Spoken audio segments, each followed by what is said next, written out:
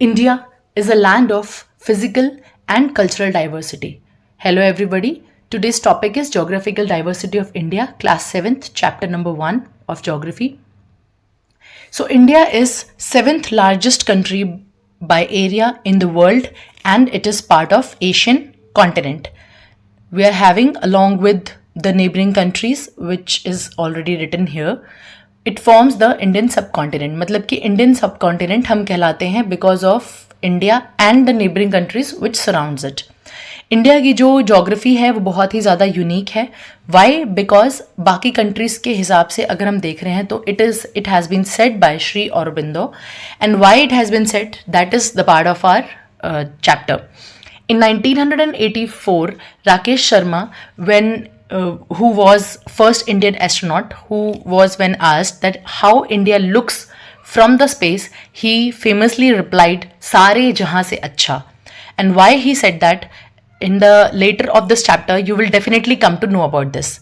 India की जो geography रही है उसमें बहुत ही सारे रिमार्केबल वैरायटी ऑफ लैंडफॉर्म्स रहा है हमारे पास, जिसमें कि हमारे पास स्नो कवर्ड माउंटेन्स हैं, बहुत बड़ा हमारे पास फर्टाइल प्लेन है, डेजर्ट का इलाका है, प्लेट्यूज है, लॉन्ग कोस्टलाइंस है, आइलैंड है, डेंस फॉरेस्ट है. और ये सारी चीज़ें जो हैं वो वहाँ के क्लाइमेट को, एग्रीकल्चर को, कल्चर को, सेटलमेंट को, इकोनॉमी को, मतलब हर एक चीज़ को वो कहीं ना कहीं अफेक्ट करती है. तो जो मेजर फिजिकल रीजन्स रहे हैं हमारे कंट्री के, that is majorly divided into 5 broad geographical zones, जिसमें हमारा आ जाता है mountain zone. Then we are having plains of Ganga and Indus which is Indo gangetic plain. We are having desert region, जिस डेजर्ट में अगर कोल्ड की बात करें तो लद्दाख है, और अगर हॉट की बात करें तो थार डेजर्ट है. We are having southern peninsular region, and then we are having islands. So these zones they create distinct मतलब कि different living conditions across the country. In that first is Himalayan mountain region. अब Himalayan क्या है तो वो तो हमें पता है, सारे सबको पता होता है भाई. पहाड़ जो हैं हमारे Himalayan ranges which is very famous, हमेशा से ही इन रीजन्स के लिए बहुत ज़्यादा चलती रही हैं कहीं ना कहीं लड़ाइयाँ. तो ये क्या करते हैं, ये नेचुरल बैरियर है फ्रॉम द नॉर्थ साइड, और ये हाईएस्ट माउंटेन रेंजेस हैं पूरे के पूरे वर्ल्ड में. गंगा, इंडस एंड ब्रह्मपुत्रा के लिए मेजरली रिवर सोर्सेज रहे हैं, और इंडिया को ये कोल्ड विंड से प्रोटेक्ट करते हैं, हमारे क्लाइमेट को, रेनफॉल को अफेक्ट करते हैं. बायोडाइवर्सिटी में ये बहुत ज़्यादा रिच है, और कल्चरली इसका बहुत ज़्यादा इंपॉर्टेंस है. अगर हम पीक्स की बात कर रहे हैं तो बहुत सारे ऐसे पीक्स हैं जो 8000 प्लस हैं, और ऐसा माना जाता है कि जो मेल्टिंग स्नो है यहाँ की वो ही हमारे रिवर्स को फीड करती है, और जिसकी वजह से thousands of millions of people जो हैं वो इसके भरोसे, इन पानी के भरोसे रह रहे हैं. फॉर्मेशन किस तरीके से हुई थी हिमालयस की? तो हिमालयस जो है, जब इंडियन लैंडमास जो है, जब वो कोलाइड हुआ था यूरेशियन प्लेट से, जो कि यूरेशिया क्या है, यूरोप प्लस एशिया, उससे जब वो कोलाइड हुआ, आपस में जब वो टकरा गया, तो कुछ इस तरीके की जो प्लेट्स थी, टकराने के बाद वो कुछ इस तरीके की फॉर्म में आ गया था, जिसकी वजह से माउंटेनियस रीजन बन गया वो. और इंडिया जो है वो कॉन्टिन्यूसली अपने आप को नॉर्थवर्ड की तरफ मूव करता चला जा रहा है, और ऐसा मानते हैं कि कुछ एक परसेंटेज, कुछ एक मीटर जो है वो हर साल उसका बढ़ता चला जाता है. 3 मेन रेंजेस जो है हमारे हिमालयन के, वो ये सारे रेंजेस है, जिसमें सबसे ऊपर हमारे ग्रेट हिमालयाज है, देन लेसर हिमालयाज है, and then we are having Shivaliks. तो शिवालिक्स जो है वो सबसे लोएस्ट रेंज होती है, और हम मेजरली जिन हिल स्टेशंस पे जाते हैं वो आपके हिमाचल का एरिया, जिसको कि लेसर हिमालयाज बोला जाता है. फिर इंपॉर्टेंट पीक्स में हमारे पास कंचनजंगा है which is highest in India, but it is not entirely in India because it is on the border of India and Nepal, और जो कि सिक्किम में पड़ रहा है हमारा. फिर हमारे पास कोल्ड डेजर्ट ऑफ लद्दाख है. लद्दाख में हमें ये करना है कि हर एक जो डेजर्ट होता है वो ये मत सोचिए कि वो सिर्फ गर्म हो सकता है, वो ठंडा भी हो सकता है. तो Ladakh is a cold desert जो कि हिमालयन रीजन में लोकेटेड है. यहाँ का जो टेम्परेचर है वो लगभग -30 डिग्री सेल्सियस तक जाता है in winters. Very little rainfall is there. Rocky terrain है और बहुत ही ज़्यादा हायर एल्टीट्यूड है इसका. वाइल्ड लाइफ जो है वो बहुत यूनिक है यहाँ की, क्योंकि ऑब्वियसली ये कोल्ड डेजर्ट है, तो उसी हिसाब से जो हैबिटेट होगा एनिमल्स का भी वो उसी तरीके का होगा. स्पार्स पॉपुलेशन मतलब कम पॉपुलेशन है, and then we are having the high altitude lake, और जिसमें कि सलाइन वाटर है, मतलब नमकीन पानी, वो है आपका Pangong Tso. Then we are having northern और गैंगेटिक प्लेन्स, जो कि आपके हिमालय अगर यहाँ पर हैं तो इसके साउथ की तरफ पड़ते हैं, मतलब निचले हिस्से में पड़ते हैं, which is having the fertile planes form by the reverse. और यहाँ पर जो भी रिवर के सेडिमेंट्स हैं, मतलब कि जो बचे हुए पार्टिकल्स होते हैं, वो जाकर यहाँ पर डिपॉजिट हो जाते हैं। एक्सट्रीमली ये एरिया हमारा फर्टाइल है, डेंसली पॉपुलेटेड है दिस एरिया, जिसमें कि आपका पंजाब का रीजन भी आप देख रहे हैं कि आ रहा है।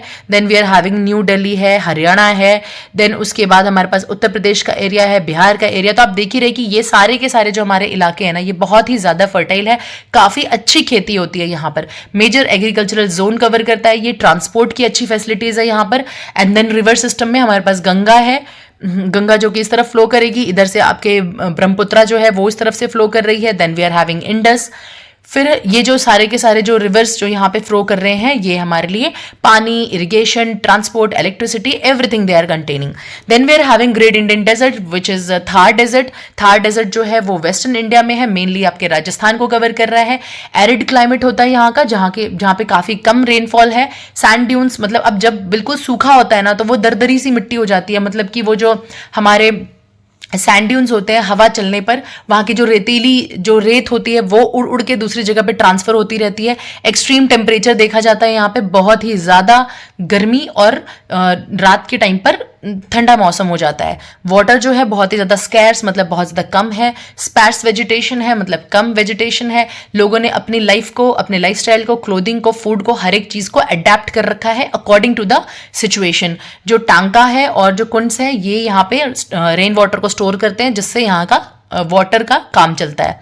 Aravalli hills which is already famous, क्योंकि अभी हाल फिलहाल में जो सुप्रीम कोर्ट के जो ऑर्डर्स आए थे उसके हिसाब से अरावली हिल्स के बारे में तो लगभग सबको पता चल चुका है। तो ये हमारा ओल्डेस्ट माउंटेन रेंजेस हैं in the world, about 2.5 billion years ago, और ये एक बैरियर की तरह एक्ट करता है। हमने पढ़ा ही था कि राजस्थान की साइड जो ये अरावली हिल्स और राजस्थान के आसपास के इलाकों को जो कवर कर रहा है, ये दिल्ली तक और उसके ऊपर वाले हिस्से में डेजर्ट की तरफ से आने वाली चीज़ों को, उनको हमारे लिए बैरियर का काम करता है, उसे प्रोटेक्ट करता है। It is rich in minerals, जिसमें कि मार्बल है, ग्रेनाइट है, जिंक है, कॉपर है। And it is site of historical forts, जो भी हमारे पौराणिक जो हिस्टोरिकल फोर्ट्स रहे हैं वो वहाँ पर हमें देखने को मिल रहे हैं। फिर हमारे पास रीजनल क्लाइमेट को वो काफ़ी ज़्यादा अफेक्ट करता है, और जो हाईएस्ट पीक है यहाँ की वो है माउंट आबू। पेनिनसुलर प्लेट्यू, जो कि हमारा पेनिनसुलर प्लेट्यू जो है वो इस एरिया को कवर कर रहा है इंडियन मैप में। ये क्या होता है, ये एक ट्रायंगुलर प्लेट्यू है जो कि सेंट्रल और सदर्न इंडिया को कवर करती है। ओल्डेस्ट लैंडफॉर्म है हमारी कंट्री की।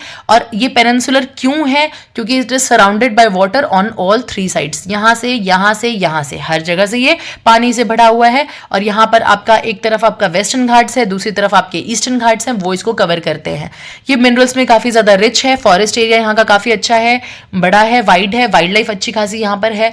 मेजर रिवर्स जो इसको कवर कर रहे हैं वो गोदावरी है, कृष्णा, कावेरी, महानदी, नर्मदा और Tapi, which we will go through in the next page. Mostly rivers जो है वो ईस्ट वर्ड फ्लो करते हैं और लास्ट में जाके बे ऑफ बंगाल में गिर जाते हैं, क्योंकि इसकी जो प्लेट्यू है उसका टिल्ट कुछ इस तरीके का है कि वो उसी तरफ गिरता है। इंपॉर्टेंस में हमारे को ऑलरेडी पता है, ये ट्राइबल कम्युनिटीज का होम है। फॉरेस्ट वेल्थ अच्छी खासी है, मिनरल रिसोर्सेज हैं यहाँ पे, वाटरफॉल्स हैं, बिकॉज यहाँ का बहुत ही ज्यादा अनइवन टेरेन देखा जाता है। डेंस फॉरेस्ट है which is supporting the biodiversity और इंडिजिनियस कल्चर। इंडिजिनियस मतलब कि जो वहीं की लोकल कल्चर है उसको विदल्ट करता है या सपोर्ट करता है। इंडिया की जो कोस्ट लाइन है वो 7500 किलोमीटर की उस रेंज पे है। अरेबियन सी से लेकर बे ऑफ बंगाल को कवर कर रही है। वेस्ट कोस्ट में हमारा गुजरात से लेकर केरला तक के एरिया को कवर हो रहा है। ये नैरो कोस्टल प्लेन होता है। रिवर जो होती है वो एस्चुरी फॉर्म करती है और बड़े बड़े पोर्ट्स या सिटीज यहाँ पर देखने को हमें मिलते हैं। ये है हमारा वेस्टर्न कोस्ट। तो वेस्टर्न कोस्ट में यहाँ पर आप देखिए कि इधर लूनी है, आपका साबरमती है, फिर मही है, उसके बाद Narmada and Tapi. Narmada and Tapi are most important. फिर उसके बाद आ जाता है हमारा ईस्टर्न कोस्ट। ईस्टर्न कोस्ट हमारा जो है वो वेस्ट बंगाल से लेके तमिलनाडु तक है। ये वाइडर है ईस्ट वेस्ट के हिसाब से। उसके बाद यहाँ पे रिवर डेल्टाज मिलते हैं। फिर चिलिका लेक जो लगून है एक इंपॉर्टेंट, वो यहाँ पे देखने को मिल रहा है।